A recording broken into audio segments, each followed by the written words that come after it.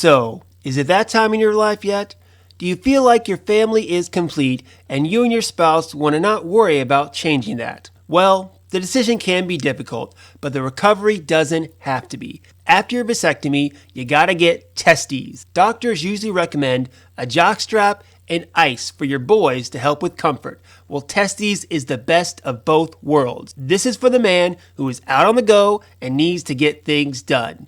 You get the ice packs from the freezer, strap up, and saddle up. The packs give you at least 20 minutes of comfort, even if you're just sitting around watching the game. And most important, guys, no wet spots. Put on the jockstrap under your briefs and go about your day. They come in 3 sizes, medium, large, and extra large to get your right fit. Now head on over to testes.com. That's TEST-EEZE.com.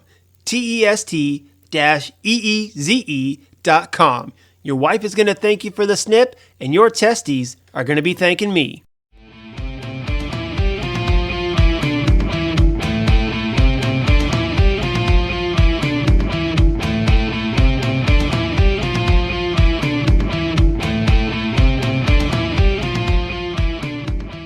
Hello everyone, welcome to another exciting episode of Dayspring Discussions. I'm your host Sean McGahee, and this is a show where we talk about movies, TV, sci-fi, fantasy, comic books. If you geek out about it, we're going to talk about it.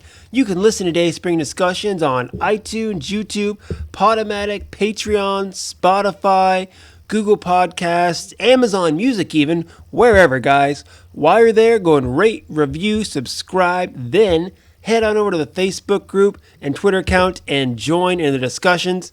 Don't forget dayspringdiscussions@gmail.com in case you have any more lengthy topics or questions. And then, of course, you can find me personally, Slim Dayspring 12 on Twitter and Instagram. Well, hello everyone. It is a Sunday night here in Austin, Texas. Hope you all enjoyed your weekend. I myself had a pretty lovely weekend, actually. You know, it's Easter weekend, of course, so hopefully everybody got together and with families and had a good time. I saw pictures on Facebook today of all the people getting together, dressing up nice and, enjoying the spring weather as we all should. A lot of my friends, of course, have kids, so they did the whole family Easter egg hunt thing. Really nice. My daughter, of course, she wouldn't mind having an Easter egg hunt, but we're lazy parents, so we just gave her an Easter basket. We didn't really bother with any egg hunting or anything like that. We just gave her Easter basket. What can I say? We're lazy. But we got together with family yesterday, a bunch of us, so that was fun, had a good time. And also yesterday, did a little thing, saw a movie called Godzilla vs. King Kong. That's right, the ultimate match, decades in the making. Godzilla vs. King Kong, out now in theaters and on HBO Max. I, of course, went and saw it in theaters. Me and my brother-in-law took my 10-year-old nephew to go see it, of course, and he thought it was the greatest movie ever. So there's your review from him. I myself, I'm going to sit here, share some details on it, talk about it, how I feel about it, whatnot. You guys, of course, fire back on the social media groups and Gmail account and let me know what you think. And before I get started, of course, this is a spoilers discussion. I always do spoilers discussions. So if you have not seen the film and do not want everything, ruined for you or spoiled for you, then you can just pause, watch the movie, come back. It's real simple, obviously on HBO Max, so you can watch it there. And then come back and we can discuss it on the comments section, Facebook group, Gmail, wherever, guys. That's how it goes. But I'm going to talk about it a little bit. And like I said, you can watch it on HBO Max because it's part of the whole thing that Time Warner and Warner Brothers is doing, where all their 2021 releases are going to be also on the streaming service as well as in theaters. So you can choose, really it's to draw attention to HBO Max. It's their streaming service that they want to go well. So, they think by putting it on the streaming service, it can draw more attention to HBO Max and get more subscribers, which, streaming, that's the way of the future, guys. Everybody knows it. So that's why each company, even Paramount Plus, is up and running now. They're all, trying to build their own personal streaming services to compete with each other because that's the way of the future. But I myself am a theater goer. If I can see a movie in theaters, especially an action movie such as this, I will go to see it in theaters, no doubt. Mortal Kombat comes out in a couple of weeks. That one I'm less likely to go see in theaters because it doesn't look like the big spectacle that, is Godzilla versus Kong, okay? You have two giant monsters fighting each other. You want to see that on the biggest screen possible, the loudest speakers possible, the darkest room possible. Just engulf yourself in that environment for that type of film. And honestly, it paid off absolutely in my eyes. Now, to rewind a little bit, of course, this is the conclusion of the Monsterverse that Warner Brothers has been working at ever since Godzilla, I believe back in 2014. Was it when that film came out? I'm not going to look it up, but Godzilla came out a couple years ago. Bryan Cranston, Elizabeth Olsen, Aaron Taylor Johnson was his name. I wasn't a big fan of that. Now, I'm not a big fan of King Kong or Godzilla, to be frank. Neither one of them have really done it for me. I'm not big on that. Pacific Rim, that's my cup of tea. I love the first Pacific Rim movie. Giant robots fighting giant monsters. Goes all the way back to my heydays of loving Voltron, Defender of the Universe. Love Pacific Rim. Not so much a big fan of King Kong or Godzilla, but I will say I do enjoy the Peter Jackson King Kong film that came out a while ago. I do enjoy that film. So that's probably my favorite of any King Kong or Godzilla film. So again, I don't hate these characters, or I'm not into it, really, is what it comes down to. So Godzilla comes out, not a big fan of that film either, mainly because it doesn't have a lot of Godzilla in it, is really what it came down to. They made up for that, I believe, in the next film with Godzilla King of Monsters. But because, I wasn't a big fan of Godzilla, I didn't see Skull Island when it was in theaters. I didn't go see King of Monsters when it was in theaters. But when the trailer for Kong vs. Godzilla first hit, I'm like, I kind of want to go see this one, so I better watch the other one. So I popped on Kong Skull Island and Godzilla King of Monsters one weekend on HBO Max, and it was better than I thought. I wasn't expecting much, but with these films too, you have to walk in not expecting much, I think. Otherwise, you're going to be extremely disappointed. These aren't Oscar-worthy films. They're not out to, win any awards. They're just, they're monster movies. They're big, dumb, action-packed films, and sometimes that's all you need for 2 hours to sit in a theater and watch some big, dumb action. Speaking of dumb, the heroes in all these movies are always so damn dumb. I'll tell you that much. You don't watch Godzilla for the humans. You don't watch King Kong for the humans. You watch it for Godzilla and Kong, right? And that's what you want to see. And that's what we got in this movie, We got some pretty cool Titan kaiju fighting in this film. And that's really when it worked its best. When you saw what you were there to see, which is, the monsters fighting each other, going at it, Kong ripping apart some kind of, creature, or Godzilla, shooting his atomic blast out and all that stuff. That's what you wanted to see, and that's really when I was hyped up about the film. Other than that, it was a little, flat, but I'll talk about that in just a minute. But, like I said, it was what I thought it was going to be. It's what I wanted it to be. It's the experience I wanted. I was sitting there, in Godzilla versus Kong, I'm a King Kong guy. Maybe it's an American thing. I think most Americans like King Kong, where, obviously, Japan, you're more Godzilla. But I'm more of a King Kong guy, so I was rooting for Kong the whole time. And every time they were fighting each other, I was like, yeah, fuck him up, kind of like that. But yeah, it was good stuff to watch. I had my big tub of popcorn, my soda. I got my nephew next to me. He's taking it all in, and it was just a great experience. It's the way the film was meant to be seen, and I'm so glad I went and saw it in theaters to, engulf myself in that environment. It just felt really good to be back. And the theater, was pretty packed, considering, you're still doing social distancing and spacing out a couple of chairs in between groups.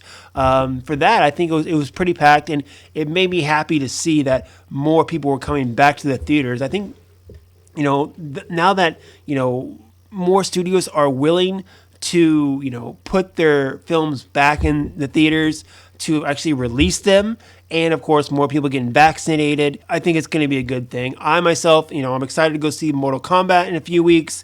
Definitely going to be excited for Black Widow, comes out in July, and so on and so on. I love the movies. I love going to the movies. So I'm excited for what's to come ahead. So Saturday afternoon, I went and saw this in theaters, and then we come back and we have our little family get together or whatever.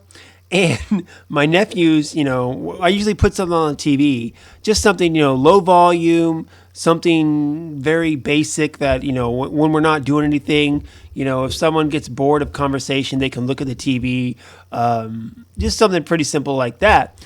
But of course, I have HBO Max, so my nephew just said he wanted to put on Godzilla versus King Kong, the movie we just saw. So technically I watched it twice yesterday, not, a lot. That second viewing at home, I only saw I was only paying half attention to it, I guess, for that. But, so I saw it again. And towards the end of the home viewing, my sister-in-law, she didn't watch the whole movie. So she sat down towards the end and she's like, "What's the plot of this movie?" And I explained it to her. And when I explained it to her, it sounded so dumb that I'm like, yeah, that's the plot of it. That's what it is. So I'm going to go through, talk about the plot of the movie, some of the human characters in it, and, kind of share my feelings on this. And you guys, like I said, fire back. Let me know who are your favorite human characters, who are your least favorite human characters. Obviously, you had a Team Godzilla for humans and a Team Kong of humans is kind of what happened. I think that the King Kong humans were a little more useful in this film than the Team Godzilla people. But anyway, okay. So the film starts out and Godzilla is attacking this cybernetics group. I think they're called Apex is what happens, right? Attacking them. Not sure why, because last we saw Godzilla, he was kind of like the monster protector. You could see that he defeated all the Titans to protect the humans and the world. So, we come into this film and both of them are heroes. And I'm going to start drawing comparisons right now to Batman v Superman. Of course, they're both Warner Brothers movies. They're both about these hero types that have to fight each other, because at the end of Godzilla King of Monsters, we find out these Titans are roaming around, and it's almost like Highlander. There can be only one. There can be only one alpha, and they have to fight each other. And there's a rivalry going back with Kong's ancestors and Godzilla's ancestors, thousands and thousands of years. So eventually we find out at the end of King of Monsters, these two are heading for a grudge match, which we knew was happening anyway. So they kind of set that up. But Godzilla's attacking this cybernetics group company. Nobody knows why. Well, we come to find out, of course, why, but we'll get to that in just a sec. Meanwhile, the millionaire guy who runs the cybernetics place, played by Damian Bashir, Walter Simmons is the character's name. He finds Alexander Skarsgård. Skarsgård, never been a guy I've really been impressed with him. He was in True Blood. He was in that Tarzan movie. I didn't like either one, honestly. So, he's not really big on my radar. And he didn't do a lot for this film anyway, as far as acting chops. But anyway, the character he plays, Nathan, wrote a book about a hollowed earth where there's actually nothing or a magical land or whatever at the center of the earth. And Simmons wants, Nathan to go down to the center of the earth and find a power source that they believe can defeat Godzilla. So he goes to his friend, played by Rebecca Hall, who, by the way, Rebecca Hall, I'm a big fan of hers. She does some great stuff, great roles, great actress, so yay for her. She's the one watching after Kong. Now, apparently, Skull Island, again, explained at the end of King of Monsters towards the credits, was that all the Titans came out and they all started fighting each other. And Skull Island was one of the central places where they fought. So they almost ravaged the island, destroyed a bunch of it, and in doing so destroyed the natives, the people that lived on Skull Island. And one of the survivors was a little deaf girl named Gia, who has become friends with Kong. Kong trusts her, he likes her, he communicates with her. And Rebecca Hall's character, Dr. Andrews, Eileen, I think is her name, she, looks after Gia, and, they look after Kong, and they put him in this protective bubble that looks like Skull Island, but Kong knows it's not Skull Island because he keeps throwing sticks at it and trying to poke holes in it, so to speak. But Nathan shows up, old friend of Eileen's, and he needs Kong to show him the way to the center of the earth, the hollowed earth. Yes, it's like Journey to the Center of the Earth. I actually said that. They're trying to get Kong over to the right coordinates, and, what Eileen feared was that as soon as they took Kong and started traveling with him, that Godzilla, the other Alpha Titan, would sense him, because that's what they do. They sense each other, and there would be a fight, and lo and behold, there was a fight between Kong and Godzilla, and it was in the water. So Godzilla had the upper hand, but Kong tried to hold his own, but he didn't. So round one went to Godzilla. And it was a pretty decent fight, for a water fight.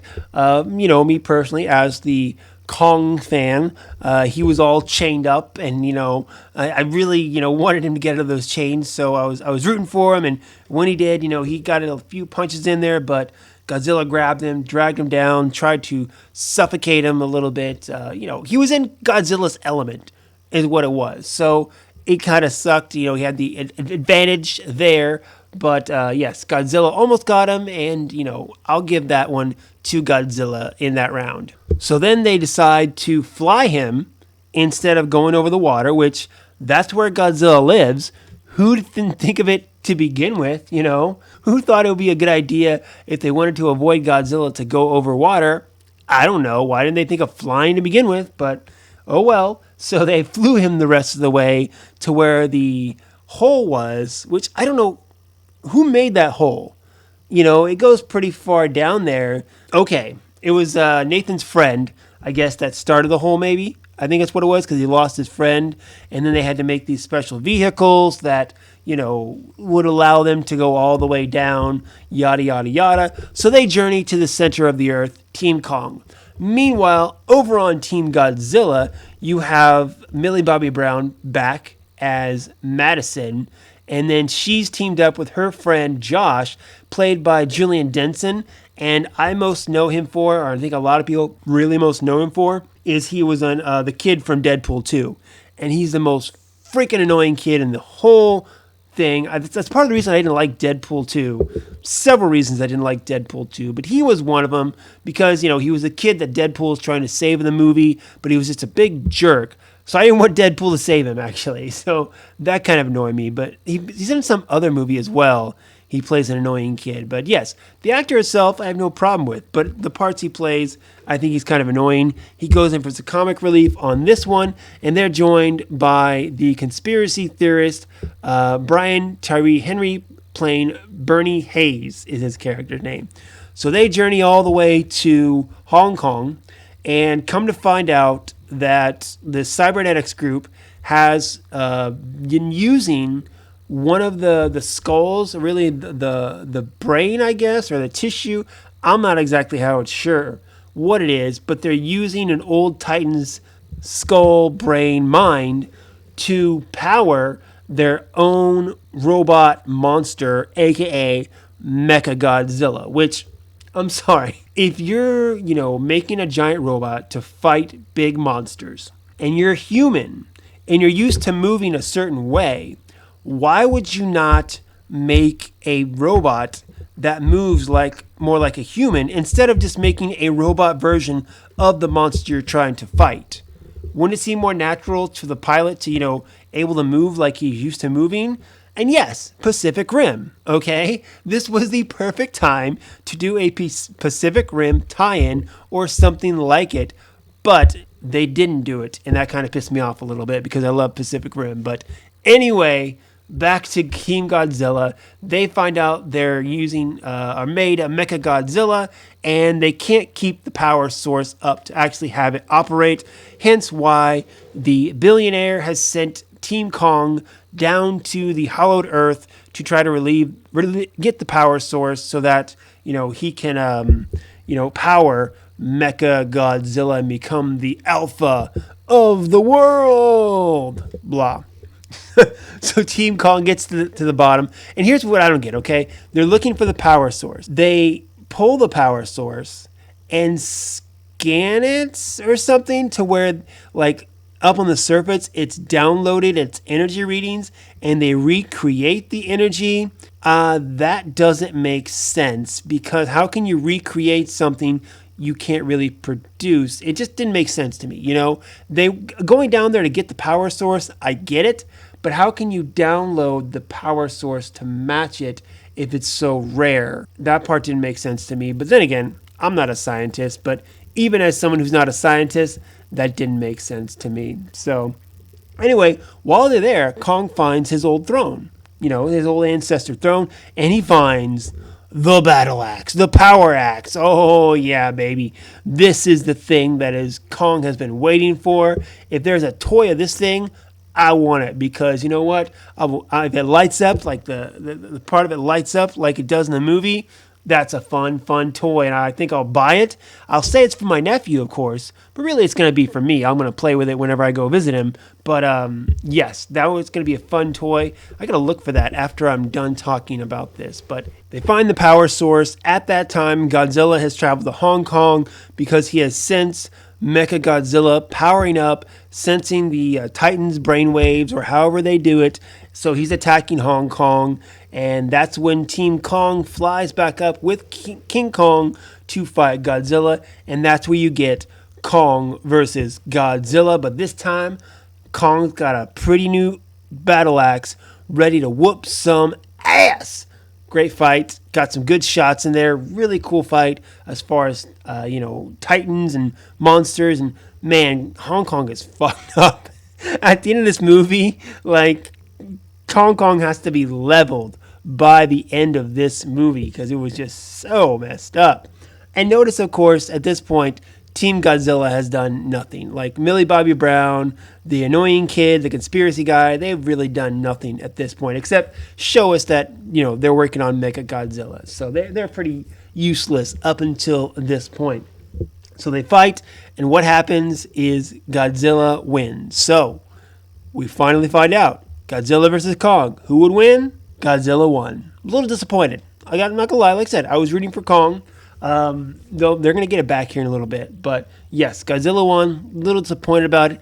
And then he's standing over him, and I swear to God, I was waiting for someone to say Martha. I almost said it in the theaters. I almost shouted out Martha, but I didn't. I was thinking it, but I didn't say it. Because all they do is roar at each other, and then Godzilla walks away. I'm like, okay, well, but then Kong, he tries to stand up, he falls down, he's kind of dead. But that's when Mecha Godzilla is powered up, and oh, wouldn't you know, something goes wrong, and, the human can't control it, gets a mind of its own, runs amok in Hong Kong, and then it beats the shit out of Godzilla. I mean, damn, at least for, Kong versus Godzilla, that was a good fight.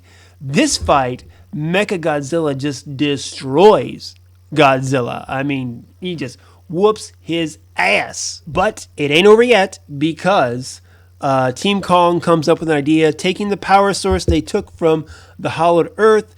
They basically jumpstart Kong's heart to bring him back to life, back into the fight where he helps fight Mecha Godzilla. It's the two of them versus Mecha Godzilla, and then in true Batman v Superman fashion, the guy who lost the original fight does gain the upper hand against the new villain, Doomsday, Mecha Godzilla, whatever you want to call him. And then the guy who won the previous fight, Batman / Godzilla, helps a little bit, but really it's the other guy, Superman / Kong, that does the heavy lifting because Godzilla charges up Kong's axe, much like how Batman shot the kryptonite bullet to slow down Doomsday, but it was Superman / Kong that got the job done, and that was pretty freaking sweet. So you got a little vindication there for Kong at the end, and the two of them, of course, uh, stood up and kind of looked at each other, and they gave him kind of that head nod, like the faraway nod before Godzilla walked away into the water. And it's at this point that Millie Bobby Brown is reunited with her dad, played by Friday Night's alumni Kyle Chandler, Clear Eyes, Full Hearts, Can't Lose, who was barely in the movie. So a little sad about that, but they're reunited. That's great. The cybernetics guy daughter, Maya Simmons, I think was her name. Yeah, she was way too hot to have anything to do with this. Like, she was, gonna die or something because she was way too hot to be on the mission with all the other scientists. Excuse me, Coca-Cola's coming back up. Anyway, so there's that. And then the very end of the film, we see Kong living in his home, which is now Hollowed Earth, where Nathan, Eileen, and Gia are there with him, and they're probably studying the hell out of the center of the world. Who knows what happened to Godzilla? I'm sure we will find out. And that's it, right? Hopefully by this point you've seen Godzilla vs. Kong. If not, I explained everything to you, including its faults, and just the fact that, like I said, the fights were epic. Watching it in a giant theater was epic. And, you got to walk in there, of course, like any Godzilla or King Kong film, expecting to be there for the action, the fights, the dumb fun stuff, if you will. If you're coming in, again, expecting Shakespeare, you're going to be severely disappointed. It was the kind of film that really, I think, people were waiting for. I mean, people want to go back to the movies. People want to get back to some sense of normalcy. And, I don't think we're ever, get to the way things were anytime soon. But, if we can still keep with the social distancing as far as theaters go, and, you can't fill up a theater with every seat. But if you can do half the theater size, that's still a good amount of money, okay? And, from what I'm seeing, these are the best numbers for a movie in over a year as far as making money, plus the fact that you can also see it on HBO Max, but people are still choosing to see it in theaters, which I beg you, if you're going to see this film, see it in theaters first. You want to watch it a second time on HBO Max? That's fine. It's great picture quality on HBO Max, by the way. I was very happy with the 4K picture on there, but see it in theaters first. That's all I ask that you do if you're going to see this film. Like I said, if you're listening to me now, you've probably already seen it, so I'm talking to the wall here. So what happens now? Because at the end of every other MonsterVerse movie, they've kind of teased the next one, or they really teased this movie is what it is. Every film kind of teased the upcoming showdown between Kong and Godzilla. Well, now they faced each other and they're like bros now, They did like, they crossed the city nod, be like, later. Yeah, later, the nod thing. So they're cool now, but now you have two alphas. So what happens? Are they going to continue the MonsterVerse? Honestly, I would like to see it. Again, not a huge fan. Don't think these films are, the masterclass of filmmaking. But for what they're supposed to be, they're pretty entertaining, right? So, I mean, you could easily, Kong's in Hollowed Earth or Home. I could definitely see the next Kong film being something like that. Godzilla, I don't know. He's, around the ocean somewhere. The main thing is, of course, you got to give him someone to fight. Kong, I'm sure he could find some trouble at the center of the earth. Godzilla, allegedly all the Titans except him and Kong are gone. So who do you have Godzilla fight in the next Godzilla film? You don't want to keep putting these two together. It just doesn't make sense that way. Unless they want to form some kind of Monster Justice League. Ooh, there we go. I figured it out. There we go. So this one should be Kong versus Godzilla, Dawn of Monster Justice. Wait, how do you say? Monster League. There it is. Found it. Subtitle for this one. Godzilla versus Kong, Dawn of Monster League. Got it. Done. Okay. Let's see the Monster League now. I'm ready for it. Just, make sure that the director finishes it and it's not 4 hours long. All right, guys. All right, I'm done. I'm done rambling. Time for you to fire back, of course. Social media groups, Gmail account, wherever. Let me know, what did you think of Kong versus Godzilla, or Godzilla versus King Kong, I guess is what the official title is. Did you like it? Did you not like it? Did you see it on HBO Max, or did you watch it in theaters? Let me know. My 10-year-old nephew loved it, said it was the best movie, so there's his review of it.